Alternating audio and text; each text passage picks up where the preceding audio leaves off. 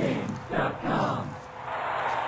The Big Ten Championship takes place in Indianapolis, the matchup between the Nebraska Cornhuskers and the Wisconsin Badgers. Interesting matchup. Nebraska wins their side of the Big Ten outright. Wisconsin backdoors their way into it, trailing both Ohio State and Penn State in the standings in the division. But, of course, those two teams are ineligible. So here we get the Huskers and the Badgers. Part two, as they met back on September 29th, Marco, in that first meeting in Lincoln. Really a tale of two games. Nebraska came out way too jazzed for that game in the first half. They admitted it after the game. They made a crap load of mistakes in the first half. And then it led to a 20-10 deficit at the half. Then they fumbled the ball early third quarter deep inside their own territory. Wisconsin, 2 or 3 plays later, scores. It's 27-10 Wisconsin. But what I took from that game when I look back at it was that Wisconsin had 90 yards of total offense after Nebraska settled down, made the adjustments at halftime. 90 yards of offense over the final 2 quarters for Wisconsin. And I'm not sure if Wisconsin is playing good enough football to overcome what Nebraska did to them in the final 2 quarters that night. Well, you talk about that game was a tale of two halves. I think the Wisconsin season in general is a tale of 2 halves, because if you remember at the beginning of the season, Wisconsin had to replace all of their assistant coaches.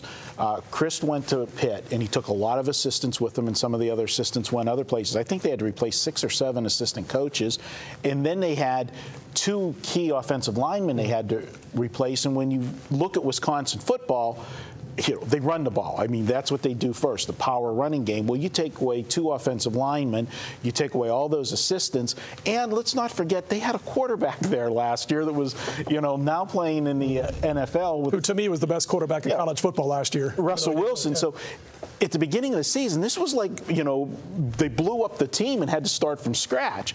And to add insult to injury, and a bad choice of words, but the running back Ball had that unfortunate situation in August on campus where he got beat up. He wasn't the same running back at the beginning of the season. So he wasn't at 100%. You didn't have the offensive line. So I look at that first game, and they scored a lot of points, Scott. And like you said, Wisconsin hit a few pass plays that surprised Nebraska in the first half, which wasn't their MO. But it was also a lot of mistakes. Fumbles, turnovers. And they got the lead. And like you said, when it got to 27-10 early in the third quarter, then Nebraska had to kind of change their game plan and you go into catch-up mode where, you're forcing the issue. So the game became a little bit of a quicker-paced game, and they ended up scoring 57 points. What they actually did in the second half is they stopped pressing against the line. They stopped the corners, by the way, on defense, and they started playing a little bit more of a conservative brand of defense, and it was enough said, game over. Like I said, Wisconsin had 90 yards after halftime.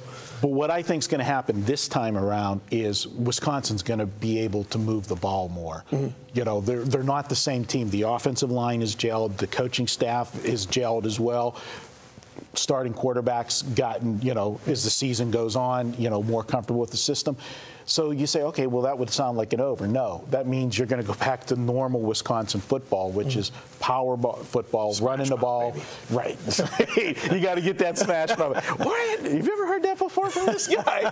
But I think it's going to be a totally different tone this time around. 3 yards in a cloud of ground tire. I think that's what it was once said. But anyway, the Huskers, they're playing the team with the 3rd best record, like I said, Brian, at the top of the other division in the Big Ten.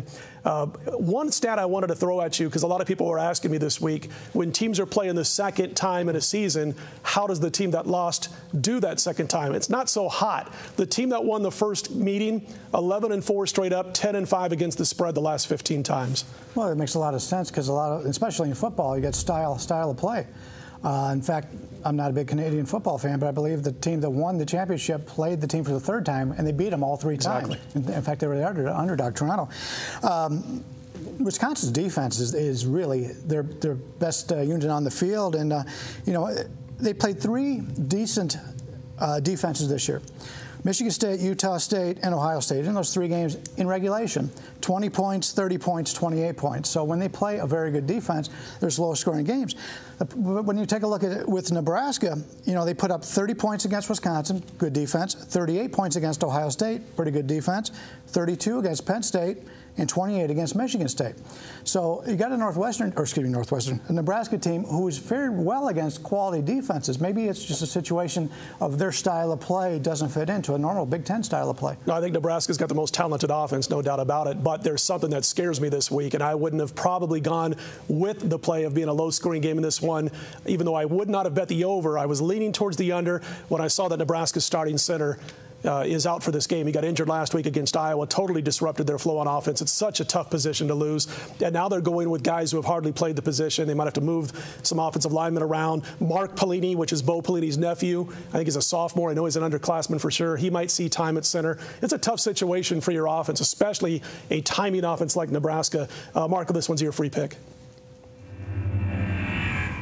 All right, guys, we're going to look at the under in this game. And what I said, the first game was a high-scoring game. You look now, we're in the championship game, and Bryan touched upon it in an earlier video. When you're playing in a championship game, teams tend to play closer to the vest or playing not to lose instead of playing to win. You don't take as many chances. I think you're going to see a conservative game here. Wisconsin, as I said, they're better with their running game now than they were at the beginning of the year. They can have long-consuming, time-consuming drives. It's going to eat clock.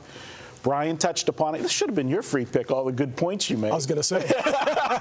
Bryan touched upon the low-scoring games. Well, if you look with the Wisconsin defense, they've played tremendous. And those totals that Bryan said in those games, what he didn't mention is 3 of the last 4 games that he talked about, Penn State, Ohio State, and the Michigan State game, all 3 of those games went to overtime, and they still were low-scoring games. You've got to look at the under in this game. That's where I'm at.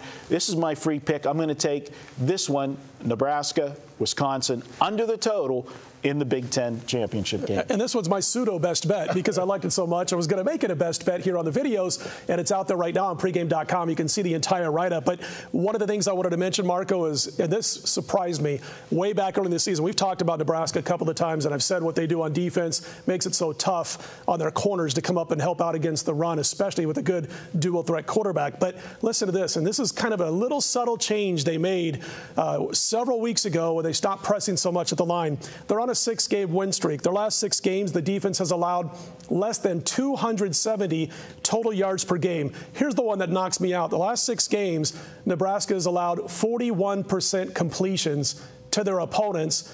I think it's 9 picks, 9 sacks, only 3 touchdown passes in those 6 games. So it was a little bit of an adjustment that they started making in the second half against Wisconsin. Forgot about when they played Ohio State. And of course, they made a lot of offensive mistakes in that one. But the bottom line is they're playing nasty-ass black shirt defense. I'm with you. I like the under in this one. When we come back, we've got the Patriots and the Dolphins as we head to the NFL. Stick around for more pregame.tv. He said crap.